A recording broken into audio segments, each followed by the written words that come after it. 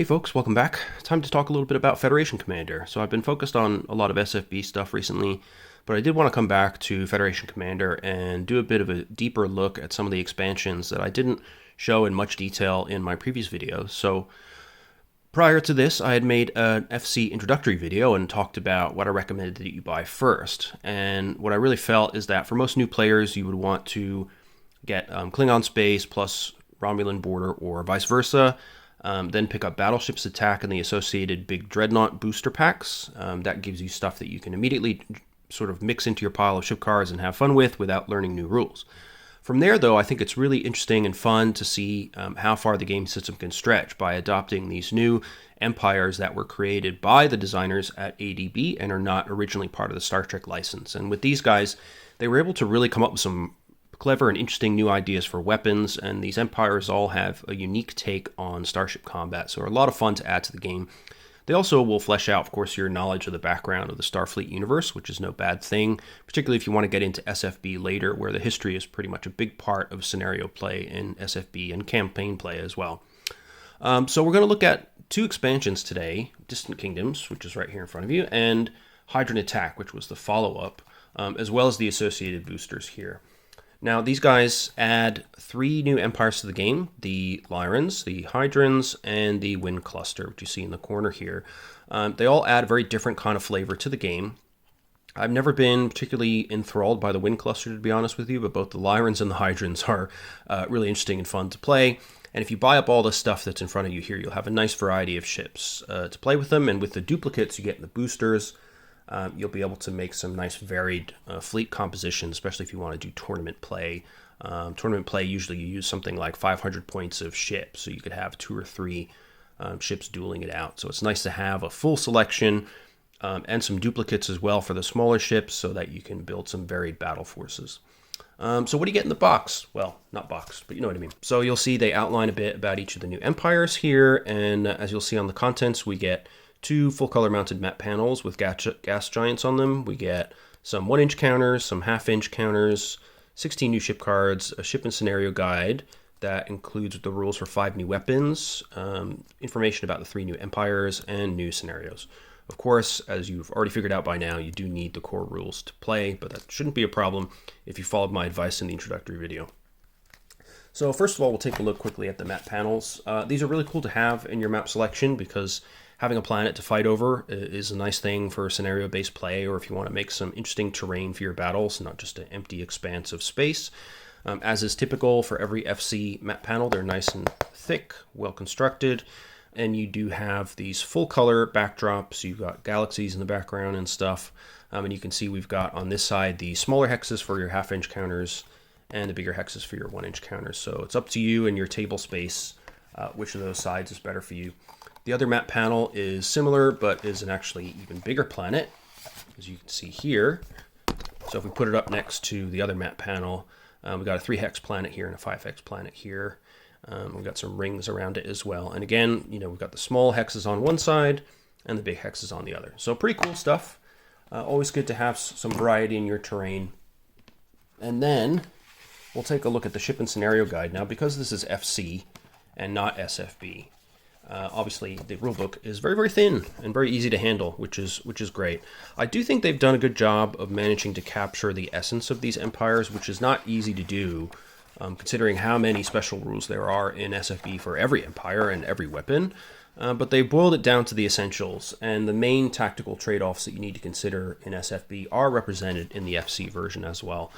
So when you open the guide, you'll first stumble upon some background about the WYN Cluster, some information about their ships. Then we jump right into the new weapon rules. So this is the Hellbore, which is used by some Hydran ships, and for my money is one of the most interesting weapons in the game. Now, I do love the Hydrans, so I've got a little bit of a bias there, but generally I think it's a really interesting weapon to use, because unlike most direct fire weapons in the game, this is a weapon that doesn't really care which way the opponent is facing, because when you shoot your Hellbore, I'll have to show you the reference card. So this is a reference card you get in Distant Kingdoms here.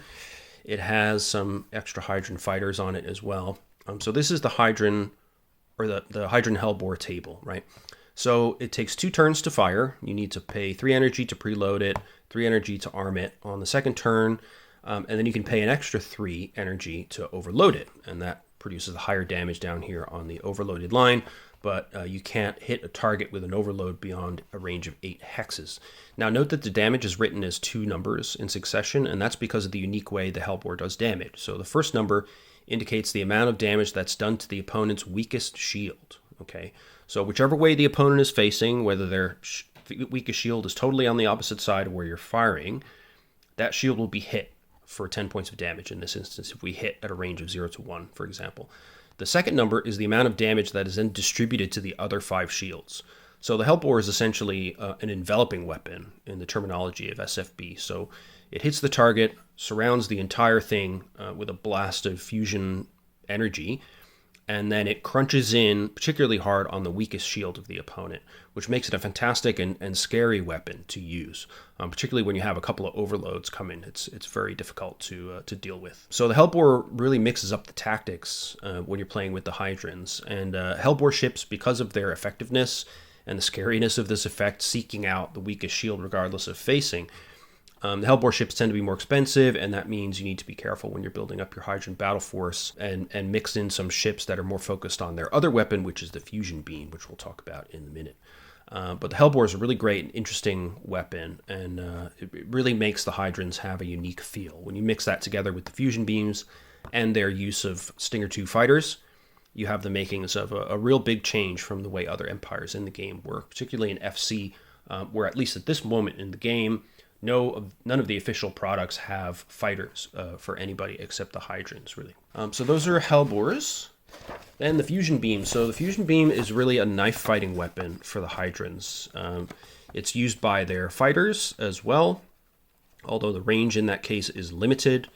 They only have a certain number of charges they can use. And it's really designed to do lots of damage at close range. And you can tell that from the firing table here. So when the range is close in, and we roll well, we can do up to 13 damage with a regular shot, or 19 with an overload. Now this is a weapon that you can fire in one turn for 2 energy, or you can overload it by adding more to that total. So at the instant of firing, you pay an extra 2 points of energy, and then you use the amount of damage that's in parentheses here. So you really don't want to get close to Hydran ships armed with fusions, because they will slice and dice you. And given that their fighters have them as well, then clearly you need to keep the fighters at a distance too.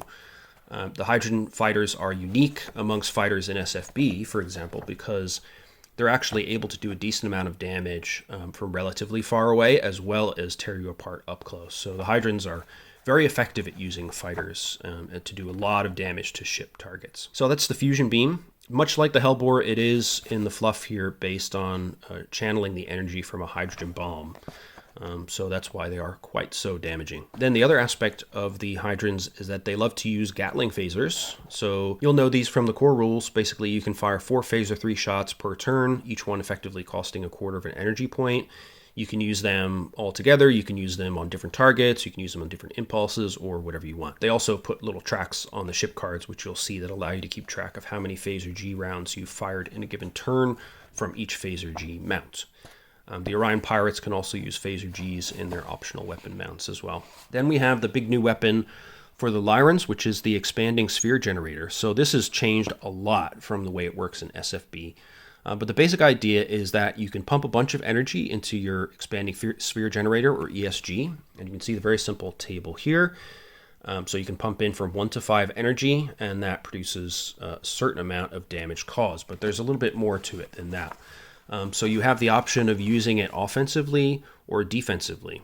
Okay, and what they do is they emit a burst of energy that damages objects near the ship, and there are a few different times during the turn when you can choose to activate the ESG. So if you do an ESG burst defensively, you can use it to blast away things like drones or suicide shuttles or fighters that have come at the ship, and you need to use defensive fire against them. So they're a really effective way of clearing out loads of seeking weapons and small craft from around the ship.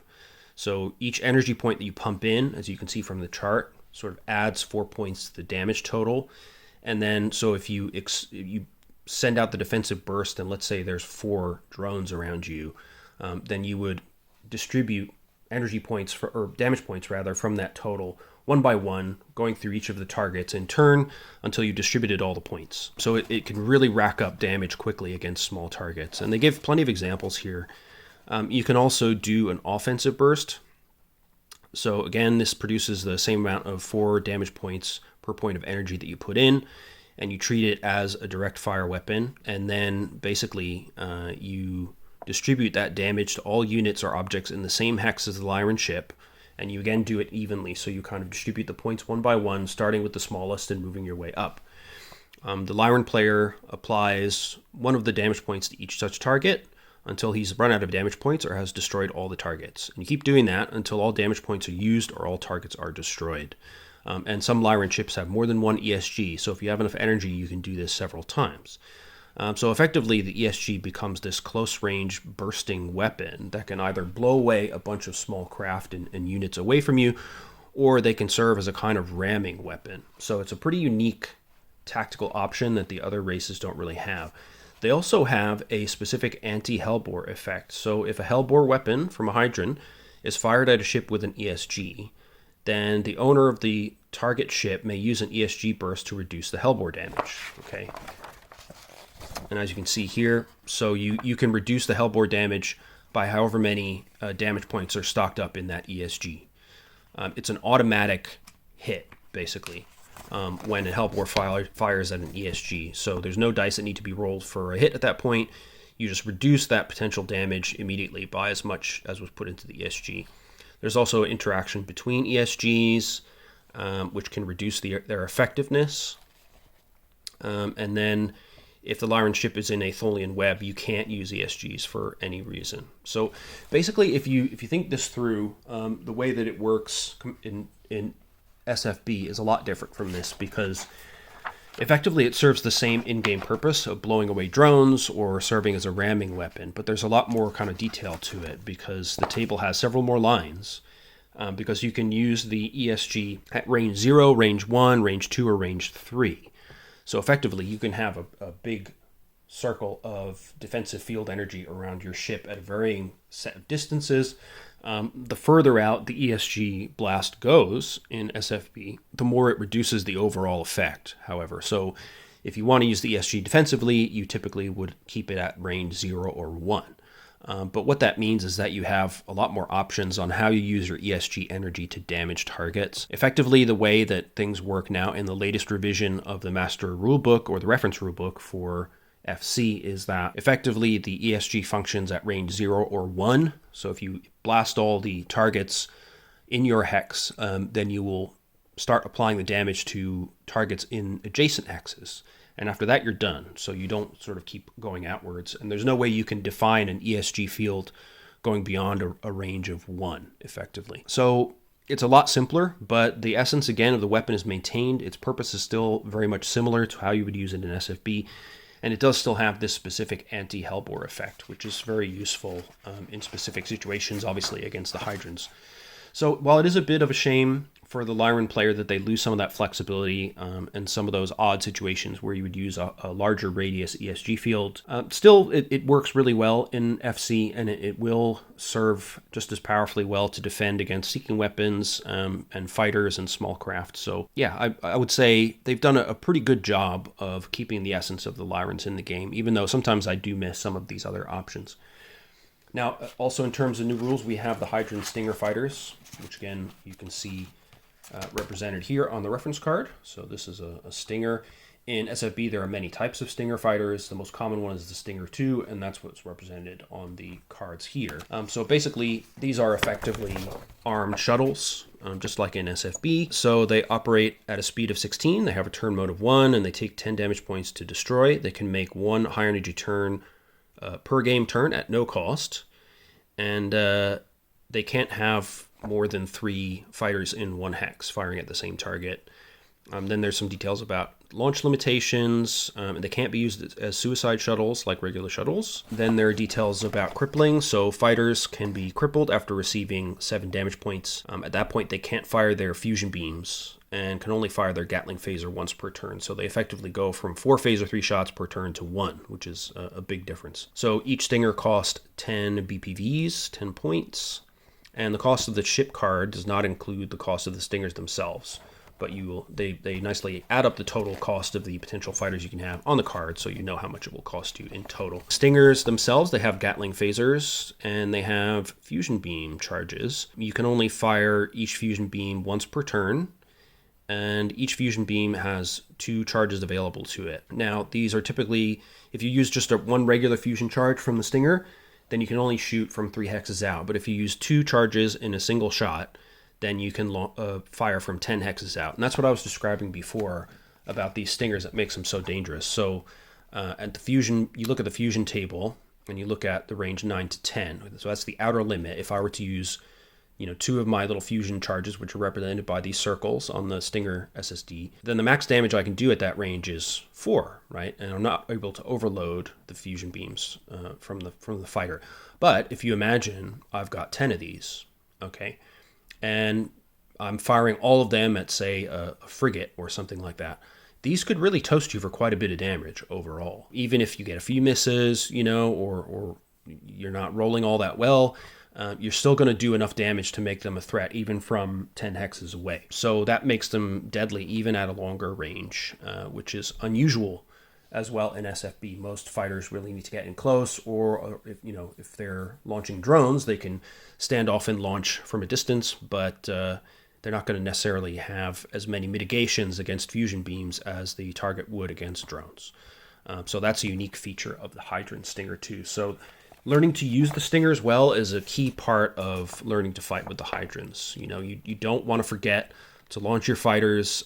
Make sure to use them to cover your larger ship's advances, open up opportunities with them to fire your hellbores and ship-based fusion beams with overloads, and really try and draw your enemy's fire towards the fighters so that you have more opportunity to protect your main ships from damage and to toast your opponent's shields and do internal damage whenever you can. You can also reload your fusion charges. So once you've fired off a long distance pattern of fusion beams from your stingers, you can rearm them on your ship by paying some energy points to reload the charges, launch them again, and keep doing that. So your opponent at some point will have to deal with the stinger threat. They're not something that they can ignore. And if the stingers manage to get in close, you've got the really hellish consequences of a bunch of up-close fusion shots and phaser G shots, which is not pleasant for anyone. So then we have some background details on the Hydrans and a bit more information about the types of ships included in the product. And yeah, more details on Hydran stuff. Then again, we have info for the Lyran Star Empire and all of their ships. And then we get to the new scenarios. I'm not going to go into detail for those. It's more exciting if you play those out for the first time yourselves. And now let's look at some ship cards. So I've already showed you we've got our little reference card here, which has the new weapon information that you need. You've got some extra stingers on here. On the flip side of this, you also have a moray eel monster, so that's, you can use that for the moray eel of space scenario in the back of the rulebook here. Then we've got our new ships. So we've got the Hydran Dragoon Heavy Cruiser, which comes with 3 Stinger fighters. We have, as you can see, a couple of Phaser G tracks here. So typically the Hydrans will have Phaser Gs along the side or the rear of the ship. They serve really well in a defensive role, very good at shredding drones before they ever reach your shields. Then we've got some Hellbore arming tracks, because this guy has 4 Hellbores on it, which makes it very threatening, and the small but still annoying complement of fighter certainly helps to open up some opportunities to fire those. Then we have a Paladin Dreadnought. This is a big boy here. With it costs 190 points plus 80 points with all the fighters, so it can hold 8 fighters. And here we have 4 more Hellbores as well, and a bunch of Phaser 1s at the front, 6 of them in fact. And we have 2 fusion beams in the front arc, as well as 2 fusions to the left and right front, some Phaser 1s with 360-degree arcs for more defensive purposes, and Phaser Gs to the left and right rear, which can help fend off any close-range pursuers, any pursuing drones, and stuff like that. One thing to note here is that the shuttle boxes that hold the fighters are shaded this different color of kind of yellowish green. Normal shuttle boxes are just plain old yellow.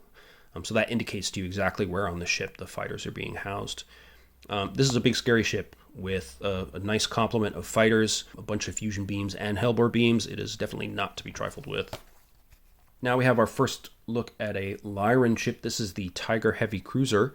This one, it comes in at 139 points. You can see as well, they've got a little sidebar here. So if you want to use this ship as a Lyran Democratic Republic ship, then it explains how to do that. So you will replace the Phaser 3s here, there are 4 of them, with 4 Phaser Gs and increase the BPV of the ship by, just 1 more point in this case, from 139 to 140. You can go online as well and download a PDF of Lyran Democratic Republic specific ship cards where they don't just have them as a subtype of the Lyran ships. That might be nice if you're an LDR fan. But in the printed products, they typically do double duty as a Lyran ship and an LDR ship. So just worth keeping in mind if you are looking to play LDR ships. The main difference, of course, between LDR ships and regular Lyran ships is that the LDR use phaser Gatlings, which makes them really mean up close. Now, the Lyrans, they use, of course, the ESGs, which we talked about a minute ago, but they also have a mix of phasers and disruptors, which makes them pretty punchy in terms of heavy weapons fire, as well as having this very useful ESG for up-close ramming or for punching away drones and shuttles and fighters. This ship, we've got 2 expanding sphere generators. We've got 4 phaser 3s on the side, a couple of phaser 1s as well. We've got 4 phaser 1s in the front arc and 4 disruptors. Typical problem, though, for the Lyrans is just power, because pumping up your ESGs costs a lot of energy. Even though you've got 2 here, which is useful, if you want to make them maximally powerful, if you're under heavy pressure from a large wave of drones, then you're going to be dealing with a lot of energy costs, and it's difficult to maintain that and a high rate of speed. So one thing to do when you're learning to play Lyrans is how to manage your balance of energy usage. And that's probably one of the bigger challenges of using them. Then we have the Lyran Lion Dreadnought coming in at a hefty 224 points. And now this guy, we've got, again, phaser 3s to the side, which, as per the other card, you can increase the BPV to turn those phaser 3s into phaser Gs. We've also got more phasers in the front. You can see this is a Trimaran ship. It's got 3 different hull sections here instead of 2. So we still got 4 disruptors up front, but we've got more phasers. And we have 4 expanding sphere generators here. So again, very useful to have all those. And we've got 2 disruptors in the back arc as well. FX, yeah, so those are facing forward. But with all those ESGs, it's great to have that option. But again, just watch that you've got reserve power to use them if you get into a scrape. Then we have a Lyran Leopard Destroyer. So this is a smaller ship coming in at 83 points. We've got mostly phaser 2s, a couple of disruptors in the front. Phaser 3s here for some light defense and a single ESG. So it still has a nice mix of weapons here, even for a small point cost. It's not going to be particularly survivable, not a whole lot to destroy once you punch through the shields, but with the ESG, that does make it able to stand up against drones, hellbores, and suicide shuttles and stuff, so might last a bit longer than your opponent would expect. Then we have a frigate. This is even smaller at 67 points. We still have an ESG here, but we got a little bit less phaser firepower on this one. We do still maintain 2 disruptors, but not a whole lot of energy to go around. So you need to be careful with your power management on this one. Although it is a 1/4 move cost ship, so you will be able to maintain a pretty high battle speed as well, while still firing your weapons at a reasonable rate. Then we've got the Hellcat Heavy Battlecruiser at 192 points. Again, we're on the bigger side. This one has a lot of battery power, which is nice. So we've got 8 batteries available to help store up some juice for your ESGs. And again, we've got 4 of those. We've got, looks like 2 disruptors mounted in the center section, 2 more mounted in the front, and then the rest we've got a bunch of phaser 1s to the front. So pretty heavily armed ship and decent sized shields as well, with 36 points of shielding to the front and 28 on the sides and rear. And we also have a little bit more detailed method for turning this into an LDR battlecruiser. So it has 2 phaser Gatlings instead of the phaser 3s, 2 extra impulse boxes, which is very useful, and 2 more disruptors as well. So that will change the BPV to 210 instead of 192 here. So the LDR version of this is pretty beastly, actually, with a bit more power, more disruptors, and phaser Gs as well. Then we've got a Jaguar Warcruiser at 128 points. Warcruisers are generally pretty useful ships. They've got a move cost of 3/4, so you may not be able to be quite as zippy as some of the small guys, but still able to maintain a decent battle speed. Like most of the mid to small size Lyran ships, they have more phaser 2s in the front, as well as a couple of phaser 1s scattered around, and phaser 3s for defense. Now this ship is big enough to have 2 ESGs, which is helpful for defensive purposes and for the occasional ramming attack. And we've just got the 2 disruptors in front and 1 mounted in the center section as well. And yeah, of course, the LDR refit will just turn those phaser 3s into phaser Gs. All right, so that's the first 8 ship cards. We'll look at the other pack here, and you can see, spoiler alert, there are battleships in this pack as well. So here we have more Hydran stuff. This is a Knight Destroyer. It doesn't carry any fighters, but it is a small ship at 90 points, which carries a couple of Hellbores, so that's pretty useful. It's got a decent amount of center warp power here, plus 4 reactors and some impulse, so that helps in keeping the Hellbores fed, so they can tear into the enemy's ship, while still keeping a decent rate of speed. And you do have 2 phaser Gatlings as well for defensive purposes to help fend off drones or any impinging smaller craft, which is useful. Then we have a frigate for the Hydrans at 61 points. Again, no fighters for this one, but it does have a front-mounted Hellbore, which is great. Other than that, it's fairly lightly armed. We've got 1 phaser G with a 360-degree firing arc, which is at least convenient for defending from any angle. And then other than that, we've just got phaser 2, so not a huge amount of firepower here, but you should be able to knife around the board pretty quickly, get a couple of opportunistic Hellbore shots in there, and at least stay alive from drone attack pretty well. Then we have the Mongol medium cruiser. I like these guys. They have a sort of mainly fusion-based armament. We've got 3 fusion beams to the front, surrounded then by a couple of phaser 1s and phaser 2s, and some phaser Gs for defense. And then we've got 6 Stinger 2 fighters as well to join the fight, which is great. So it's not a particularly beefy ship in and of itself, but when you pair it with a nice chunk of a fighter wing here, that does make it a pretty reasonable threat on the board for a total of 160 points. I generally prefer Hellbore ships, but this one does have a certain punch to it that I like. Then we have the Battlecruiser Overlord at 180 points, plus 60 points worth of fighters are available. Got a lot of battery power here, when you can soon see why, because we've got 4 Hellbores in the front arc. They're all pointed to the front, so you will need to turn yourself onto an enemy to make the best use of those. Then we've got 3 phaser 1s with 360-degree arcs for defense, which is helpful, plus the usual phaser Gatlings. This is a really nice ship as well. Any ship with 4 Hellbores at squadron scale at this point value is pretty terrifying for the enemy, plus you've got the Stingers drawing fire and backing you up as well. So the Heavy Battlecruiser Overlord is a pretty good option if it's in your point budget. Then we get into the WYN Cluster. So these guys are kind of off-brand Orion pirates, if you like. They consist of exiles and refugees from other kingdoms, the Lyrans, the Klingons, and all sorts, living in a radiation zone and trying to be free of interference. So their ships are kind of a ragtag bunch of reclaimed ships from other empires, freighters re-outfitted and boosted for combat. So like the Orions, they have the options of loading up some different optional weapon mounts. And with the WYN Cluster ships, they tell you on the side here what those mounts can be. So here your optional mounts for this War Destroyer can be phaser 1s to the left and right, or they can be drone racks that can fire in any direction. So that's useful to have that ability to switch it up a little bit.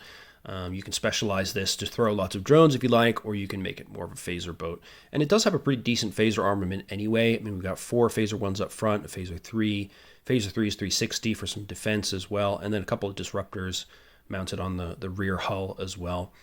So not too bad for them, really. But they're not quite as flexible on some of these option mounts as you would expect from the Orions, for example. Then we've got a WYN Cluster War Cruiser at 126 points. It's a bit of a chubbier ship, this one. And again, we have some option mounts, which can either be drone or phaser 1 in this case. We've got a bit more power to our name, but also it costs a bit more points. We're at 126, whereas the previous ship was 104. And we do have, again, phaser 1s, phaser 3s to the front. We've got a couple of drones built in, a couple of option mounts, and then 4 disruptors in the rear hull. So a bit more crunch power on this guy. Then we have a WYN Cluster Auxiliary Battle Cruiser. This is a really kind of iconic ship for them. It's a big old freighter that's been converted into a punchy warship. So this is 148 points, this one. And now you've got a bit more options here for your optional weapon mounts. You can choose phaser 1, drone rack or disruptors for your options here at the front arc and on the left and right side. Plus it comes with 4 drone racks already, a bunch of 360-degree phaser 1s in the center. We've got a decent amount of battery power, and some phaser 3s to the front and rear for defense. So this ship is really all about how you want to customize it. If you want it to be a phaser boat, you want to load it with drones, or if you want more disruptor power. So I believe that's everything out of the regular size ships. Now what about the battleships? So when they added the empires to the game, so battleships attack had already been out, but the Distant Kingdoms rules were not available at that point. They came out later. So of course they had to give us battleships for these new empires as well. So we have a Hydran Monarch battleship. I'm not going to talk too much about these because I showed these in a previous video, but just so you know, they're here in Distant Kingdoms as well. We have the Monarch battleship, which is a huge beast for the Hydrans, 390 points plus another 120 points of fighters, so 12 fighters, a full wing of those. We've got Hellbores, we've got tons of phaser 1s, we've got more Hellbores, we've got fusions along the side as well, phaser 1s and Hellbores to the rear as well as phaser G, so you can shoot Hellbore shots any which way. Plus, you've got a huge wing of fighters backing you up. I mean, it's a real nightmare to deal with this guy. But it's a lot of fun to play if you love the Hydrans like me. Then we've got the Cave Lion battleship for the Lyrans. So here we have, how many ESGs do we have? I guess we've got 1, 2 there, and 4 in the middle. So we've got 6 ESGs. We've got 4 disruptors in the front, a whole load of phaser 1s in the front arc here. So we've got 2 there, 6 there, and 2 there. So 10 phaser 1s, a couple of phaser 3s as well to knock out some drones. Then we've got left side phaser 1s and phaser 3s. Some more phaser 1s in the center hull. So we've got a huge amount of flexibility for drone defense and fighting off small craft with the ESGs. Plenty of scope for really nasty ramming attacks if we do offensive bursts with 6 ESGs loaded. And of course, if we wanted to make this an LDR powerhouse, then we could just swap out the phaser 3s for phaser Gs and increase the point value accordingly from 330 to 342. So this is, as with all the battleships, this thing is a real menace. And again, because of the way ships tend to scale in this game, a battleship will tend to do better against an equivalent point value of smaller ships, just because they'll find it harder to punch through, particularly because battleships have a higher damage control rating, so they can repair stuff quicker than smaller ships, and they have much bigger shields to hide behind as well. So you really got to work to take enough damage off these guys that it really starts to degrade their function. They remain a threat for a long time, and during that time, if they concentrate fire on one of your smaller ships and destroy it, then you're really, really in trouble. So fighting battleships is a really cool and fun challenge, which I highly recommend, and certainly it's satisfying to fly them for yourself as well. So that's the Distant Kingdoms package. It's pretty awesome. Definitely well worth the cash in my view. And if you want some new challenges, some new ships in your game, I highly recommend it. And you do get the new battleships as well. And as you can see, I mean, the rules load, because this is FC we're talking about, is really not very severe. So it's pretty easy to become accustomed to the basic rules for the new weapons and stuff that you need to play these new empires.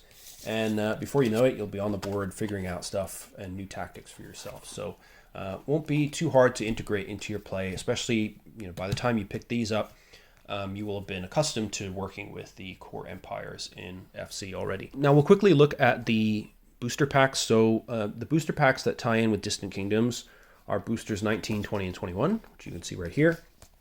Now, as you know, these boosters have some duplicates and they have some new stuff. Helpfully, on the back of the boosters, they tell you which ones are the new ones. So we'll just look at the new ones quickly. Okay, so in booster pack number 19, there are 2 new ships. We have the Hydran and Lyran fast raiding cruisers. And I'll put those right in the front here so you can see them. And both of these are ships that, the fast ships generally are designed to have a bit more engine power and a little bit less weaponry. So these guys will be a bit more mobile, but not necessarily as threatening as some other ships you might have. So for example, the Lyran fast cruiser comes in at 161 points. Do have a couple of disruptors in the front and a couple of ESGs. We've got mainly phaser 1s in the front, but a decent amount of warp power, which will help us to keep a decent rate of combat speed while we're trying to keep some power available for ESG bursts, which is useful. For the Hydrans, we've got the Thoroughbred Fast Cruiser. So we've got mostly phasers to the front, but we do have a couple of Hellbores as well. And phaser Gs in the rear for defense here on the left and the right. And then we have 3 Stinger 2s available. So it'd be a total of 190 points with the fighters. So not too bad, actually, with the Hellbores to the front and the Fusion Beam backup from the fighters. But not as much of a Hellbore threat as you might find in some of the other Hydran ships. And speaking of which, booster number 20 is all about the Hydrans. Okay, so the new ships in this pack are the Hydran Command Cruiser and the new Heavy Cruiser. So we have the Lord Bishop and the Mohawk Heavy Cruiser specifically. So the Lord Bishop is a cool one.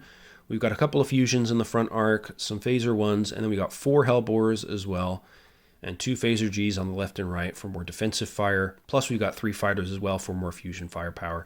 So here more of the points budget for the ship has gone into the ship itself rather than relying on the fighters as backup, because we do have those 4 Hellbores, which is a lot for anybody to be staring down the barrel of. Then we have the Mohawk Heavy Cruiser. Here we have a complement of 8 fighters, which is great, although that would bring us up to 191 points in total. And here we don't have any Hellbores available, but we do have 4 fusions. So this is really a knife fighter of a ship. It wants to get in close, blast the enemy with overloaded fusion beams, backed up with fighters that hopefully have drawn a lot of fire away from the carrier itself. Finally, in Booster 21, we have the Lyrans and the WYN Cluster. And here we're looking at a new Lyran Command Cruiser and a WYN Heavy Cruiser. So the Bengal Tiger Command Cruiser for the Lyrans is a nice ship. It has a little bit of extra warp compared to what you might expect from other ships in a similar class. We've got 4 disruptors up front as well, so a decent amount of firepower, as well as 4 phaser 1s. Then we've got phaser 1s and phaser 3s on the left and right, plus our 2 ESGs. Which is useful, of course, for offensive or defensive bursts. Then for the WYN Cluster, we have a Heavy Cruiser at 151 points. This guy, the optional mounts can be either a drone rack or a phaser 1. We have 2 optional mounts on the wings here.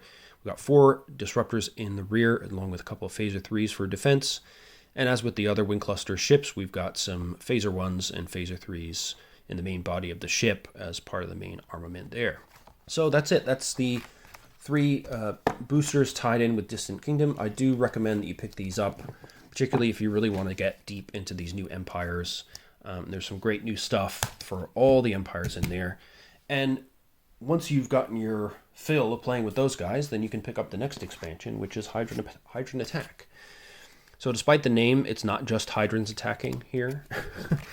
So that is explained more clearly on the back here, where it says, you thought you had seen all the Hydran, Lyran, and WYN fleets? Not so fast. So as with other expansions, we get some 1-inch and half-inch counters. Note that I'm not showing you those because, as you'll know from my other video, they're all kind of cut and sorted. But they're pretty much what you would expect from the newer generation of ADB counters. And we get 16 new ship cards and a new ship and scenario guide with new rules and new scenarios. So let's just dive right in.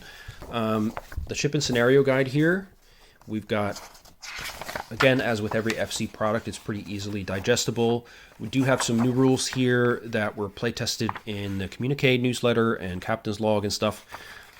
These allow things like Aegis fire control, which is great.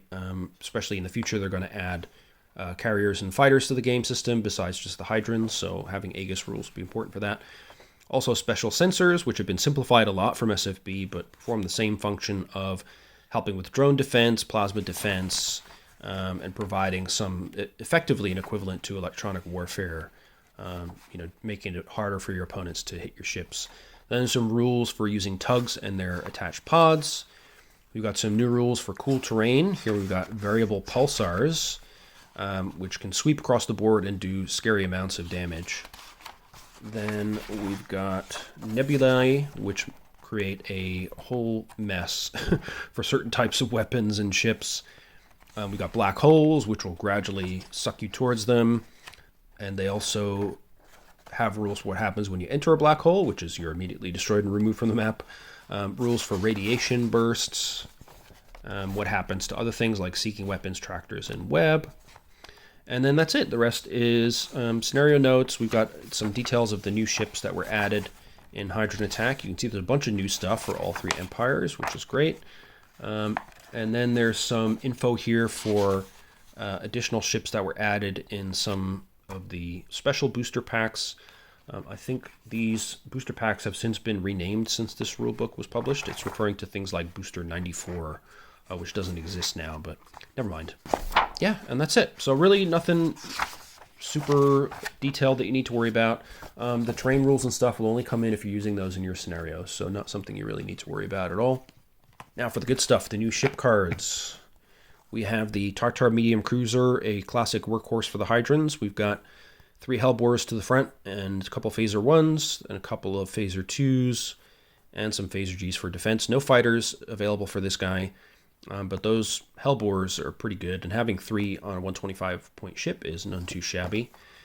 Then we have a Rhino Hunter War Destroyer at 95 points, which has 2 Hellbores to the front, a Phaser 1, well, 3 Phaser 1s in fact, some Phaser Gs with 360-degree firing, which is great for drone defense. So a nice little ship with a decent amount of armament for the size and point budget. Then we've got a Buffalo Hunter War Destroyer. This guy can carry 2 fighters as well. So it's 85 points for the ship, 20 more if you add the fighters. It's got fusion beams rather than Hellbores, and some 360-degree phaser Gatlings for defense, and also some Phaser 2s to the side as well. So again, packs a punch, especially if you add those fighters in. Then we have a Lancer Destroyer. This one carries 4 fighters with it. So different than the Night Destroyer you'll find in Distant Kingdoms.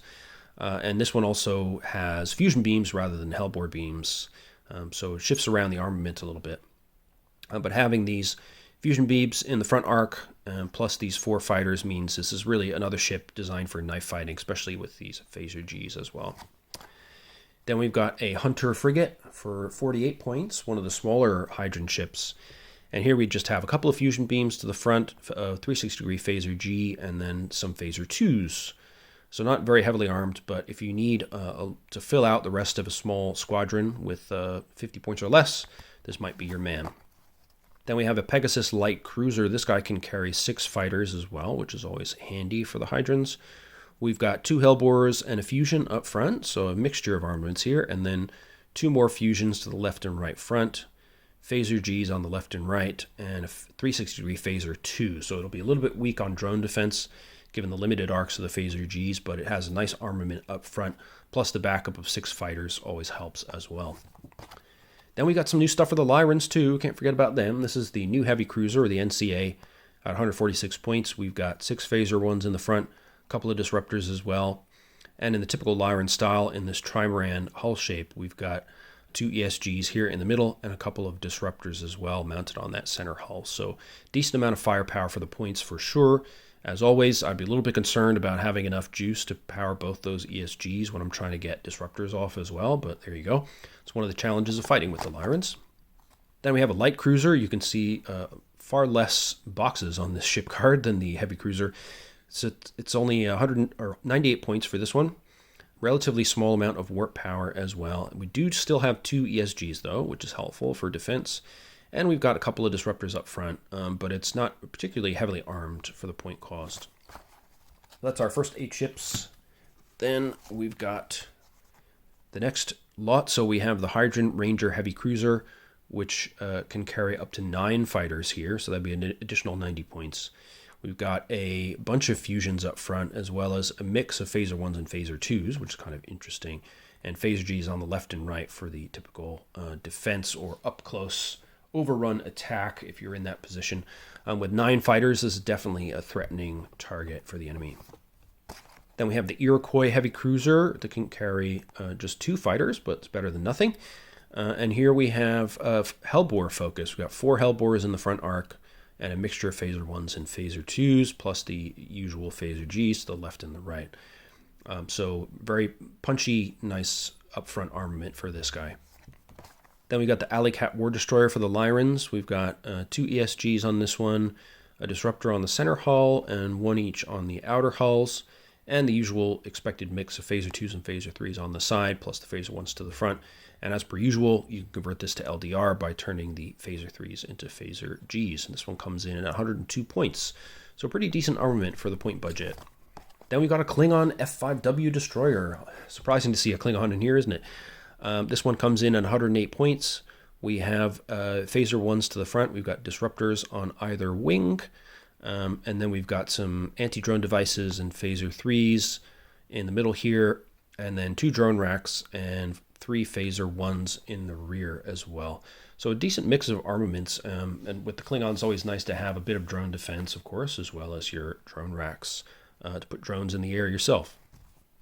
Then the WYN Cluster get a little frigate here as well. It's 86 points. This one does not appear to have option mounts. No, it doesn't. The note here is that disruptors are limited to a range of 15 hexes, so keep that in mind with this guy. It's got 2 drone racks as well as the 2 disruptors in the front arc, and then a decent set of phasers, 2 phaser 1s on the wing and in the front, and a couple phaser 3s as well. Then we got an auxiliary cruiser for the WYN Cluster as well. This one has 4 option mounts. In this case, they can be phaser 1s, drones, or disruptors, but with a 25 hex limited range, but that's generally more than enough anyway. You wouldn't typically want to spend your juice to fire disruptors from that far away. But you can see there's not a lot of power going on here. It has to rely more on batteries and reactor juice to fire those weapons. Then we have a Kzinti FFK frigate at 90 points. We've got a couple of disruptors in the front. We've got 4 drone racks on the wings here. And a decent amount of power, actually, for such a small ship. We'll definitely be able to put a decent number of drones in the air as well. And then we have a new monster for this pack. This is the Energy Monster, which again will relate to a scenario in your ship and scenario guide. And we have both a fleet and squadron scale version. I won't spoil how it works. Better for you to look into the ship and scenario guide yourself when you hopefully pick this up for yourself. As with most of the FedCom products, we do get an extra map sheet as well. Sometimes these have weird errors or misprints on them, but mine seem to be pretty much fine. Definitely use that as a normal map in a game without trouble. So that's the base pack here for Hydran Attack, and I will show you as well the new stuff that you will get in the related booster packs. So for Hydran Attack, the related boosters are numbers 25, 26, and 27, which we've got right here. And similar to Distant Kingdoms, each pack in this case contains 2 additional ships that are new completely, and then we have some repeats from the main pack as well. So in Booster 25, the new ships, in this case we've got the Battle Cruiser and the NCC for the Lyrans. So let's take a look here. That's the BC, and then we need the NCC, which is at the back. There we go. So 2 new ships for the Lyrans, and the Battle Cruiser here is pretty beefy. 185 points. We've got disruptors to the front, then 6 phaser 1s just behind that. Then we have 4 ESGs, 2 more disruptors in the center hull. So yeah, quite a lot of ESG power. We've got not so great warp engine sizes, but we do have a bunch of reactor and impulse power as well, which certainly helps. Then the new command cruiser. We've got phaser 1 power up front, a couple of disruptors in the front arc as well, 2 ESGs and 2 more disruptors firing to the front. So pretty decent amount of firepower for 165 points. So those are the new guys you get in Booster 25. Booster 26 is focused on the Hydrans. The Lord Marshal and Fast Iroquois are the new ships in this one. So we've got the Lord Marshal and the Fast Iroquois in the back here. So Lord Marshal, it's a pretty nice ship, this one. You've got 2 Hellbores to the front, 4 fusions to the left and right front, as well as phaser 1s. And you can carry 6 fighters as well. You've got, 45 warp power, 6 reactor, and 4 impulse power. So pretty able to keep a decent rate of speed while also firing out some scary Hellbore and fusion shots as well. And then backed up with 6 fighters is great. Will definitely keep your enemy more pinned down, more distracted, less able to attack the main ship. Then we have the new fast cruiser, the Iroquois F. Again, we've got, in this case, 4 phaser 1s up front and a couple of Hellbores as well. Then we've got phaser 2s to the left and right front and phaser Gs. This one only carries 2 fighters, so it's a little bit less fighter carriage than we have with the Lord Marshal. But that makes sense. You know, this is a command cruiser. It's more prestigious, so you can imagine they'd want some extra Stinger 2s on board to protect any important command staff. This is a fast cruiser designed for sneaking behind enemy lines, doing raids, striking quickly, and running away just as quickly. So more focused on having a good movement speed and a decent amount of firepower with those 2 Hellbores up front. So that's the newbies you get in pack 26. Then in booster 27, we have a Klingon D5WL and WYN Pocket Battleship. These are our newbies here. So here's the DWL. And we have the Pocket Battleship for the WYN Cluster. There we go. So the Pocket Battleship, you can see it's actually a adopted Lyran hull. So we got 4 disruptors up front and 6 phaser 1s. More phasers and 1 and 3 to the side. Then we got a couple ESGs and more disruptors to the rear here. So pretty interesting. You know, the WYN Cluster does include some exiled Lyrans. So it makes sense that they would have some Lyran hulls kicking about. And it's nice for them, you know, as an exiled empire, they can mix together different types of weapons from other empires and create a very unusual mix of threats to deal with on the board. So you mix this pocket battleship in with some other WYN Cluster ships, and you'll have an interesting fight on your hands with this addition of disruptors and ESGs to the mix. Then the Klingon DWL new command cruiser. So we've got some phaser 1s. We've got 4 drone racks, looks like. Is that correct? No, I guess we've got 2 drone racks and 2 ADDs. Yeah, there we go. 4 disruptors mounted in the rear here. Then we've got some phaser 2s, some phaser 1s to the front wings, and phaser 1s to the front as well. So you can get some drones out there. You can get a good number of overloaded disruptor shots out there. Plus you've got some ADDs and phaser 1s, phaser 2s for defense. So a reasonably well-rounded ship here for the Klingons. So there you go. That's my look at the new empires, the Hydrans and Lyrans, and the WYN Cluster for Federation Commander. I hope that gave you enough detail to get you an idea of what you get in these different packs and products. Of course, this isn't the end of the story. If you buy other stuff for FC, like Reinforcements Attack, you get a whole bunch of new ships there as well, some of which will be relevant to these empires. But, of course, if you want to get started with the Hydrans, Lyrans, and the WYN Cluster, this is really where you need to start. If you have the reference rulebook, that's, of course, you know, gives you a chance to look at some of these weapons and get a kind of feel for how they might play like before you even pick these up. But it's well worth having these products because these are the core ships for each of these 3 empires.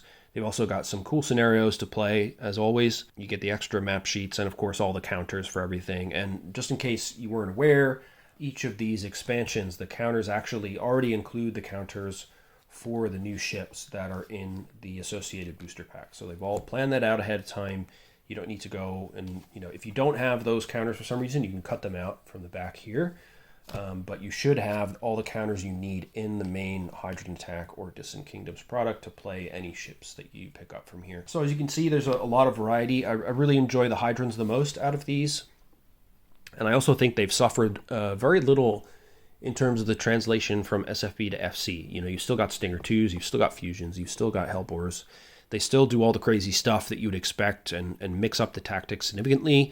You know, fighters introduce a scary, fast-moving additional threat that needs to be taken out, that draws fire away from the heavier armed Hydran Hellbore ships.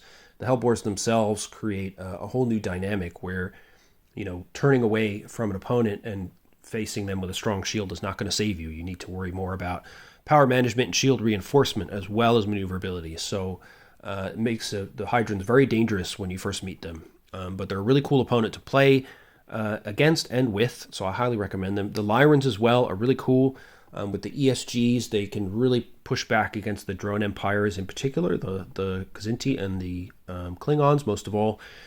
And if they get up close, they can really shred you with lots of disruptor fire and big bursts of offensive attack from the ESGs as well. So the Lyrans are really fun. I do think that the Lyrans have suffered more in the translation to FC because the ESG is just not as flexible, doesn't have as many abilities and special interactions as it does in SFB. I think it worked well enough, and the fact that the Hellbore interaction is still there is really critical. I think that really would have changed things significantly for the worse if the ESG did not have that power. But the ability of the ESG to put a stop to the Hellbore is a really, really important part of its functionality in SFB, and that's maintained in FC as well. So it's a good thing that they've kept that. But it would be nice if you could use the ESG at wider radiuses as well, like you can in SFB, but I can understand that that would be a little bit more complex, and they'd want to maybe include things like templates or whatever to put on the board to make those ranges clear and so on. But maybe it's something, if they ever do come out with a Borders of Madness product, which is this idea of a future product that would bring over a lot more SFB rules into FC. I'd love to see expanded ESG rules brought into that, as well as some stuff for the other empires as well. The WYN Cluster is really the most straightforward to play in this set of expansions by far. They give you a lot of flexibility because you have those option mounts, but the number of options that you can use is also limited. So you don't have a huge decision space to worry about. You just need to think, do I want to focus on disruptors, drones, or phaser ones? And that's really the only decision to make. But the WYN Cluster, as an exiled group of ragtag bunch of different species all working together, they have an interesting mix of different possibilities, and that can make them appealing to a certain type of player. I kind of prefer the more united and clear fleet doctrine of something like the Lyrans or the Hydrans, but it's great to have the WYN Cluster represented in the FC world. And I think, over time, more players will get accustomed to them, and we'll get some interesting tactics coming out from them as well. I've never really fallen in love with them as I have with some of the other races, but I'm glad they're here nonetheless. And it does add just, even more variety to a game system that's already packed with it. So yeah, overall, I would say if you're into FC, all of this stuff here is really a no-brainer. Whether you want to get the boosters is a little bit more of a question potentially. I think they're worth it because you get at least 2 new ships in each pack, and I do like to play fleet engagements in FC. I think that's the most fun way to play it. So I do like having the duplicates, and then I can make whatever kind of battle force I want for the given point budget that I have. If you tend to play duels, or you play limited time to play, maybe you just play small fleet actions or duels between single ships, then it may not be as much value for money for you. But for me, I'm very happy to have all the boosters for these. And in general, for FC, I don't mind getting the duplicate cards because, if you play larger fleet actions, they'll come in handy eventually. But yeah, I think some people don't like that method of distribution, and I can certainly agree with that from a consumer perspective. But in practical terms, I haven't found it to be a huge negative. What is a big negative, as with all ADB stuff, unfortunately, is the PDF offering. Once again, none of the PDFs that you can buy with FC ship cards have anything to do with these products. They're not divided up in the same way at all. A lot of the ship cards you just will not find on the PDF stores. However, if you do go to the ADB Federation Commander website and look in the Commander Circle, just make sure you download all those back issues of Communique, because there will be a lot of ships in there, including some free ships for the Hydrans, Lyrans, WYN Cluster, and everybody else, in fact, as well as some the occasional revised ship cards for things that were misprinted or that have been just slightly updated graphically. So I recently collated together all the free stuff that was in the Communique, 168 issues of it, and put them into PDFs for my own reference. And there's 800 pages of ship cards in that file. So plenty of stuff to get for free if you go through the Communique issues. So do that if you're looking to get some variety in your game without spending anything. So on that front, I have to say ADB has been fairly generous with us and giving us lots of cool ships and content for free for FC, because those issues all contain scenarios, playtest stuff, all kinds of new stuff for FC players. So if you can't spare the money for the PDF ship cards, don't despair. Go download all the Communique issues, and you'll have plenty to keep you busy for quite a long time anyway. But yeah, if you're an FC player, pick these up. I know they're not, canon Star Trek races or anything, but they're a ton of fun to play. And I'm always keen to see more people out there playing the Hydrans. They're just great fun. The Hellbore is a great weapon. The ESG is a great weapon. So I'm sure you'll have fun with it. And, the price is pretty decent for what you get. You don't get as many cards in FC as you would get SSDs in an SFB product, but, you do get that greater degree of production value. So it does pay for itself in that way. So next time, I think I'll take a look probably at War and Peace and the associated boosters for FC, try and make a little bit of a shorter video for once in my life. If you've been here through this whole thing, thanks for your patience. Thanks for watching. I hope this was helpful to you. Let me know if you have any questions about these expansions, about the boosters, or about playing with these empires, anything you want to know. I'll try and answer the questions when I can. In the meantime, as always, I hope you stay happy, healthy, and well, and I look forward to seeing you in the comment section and in the next video. All right, take care, and bye-bye.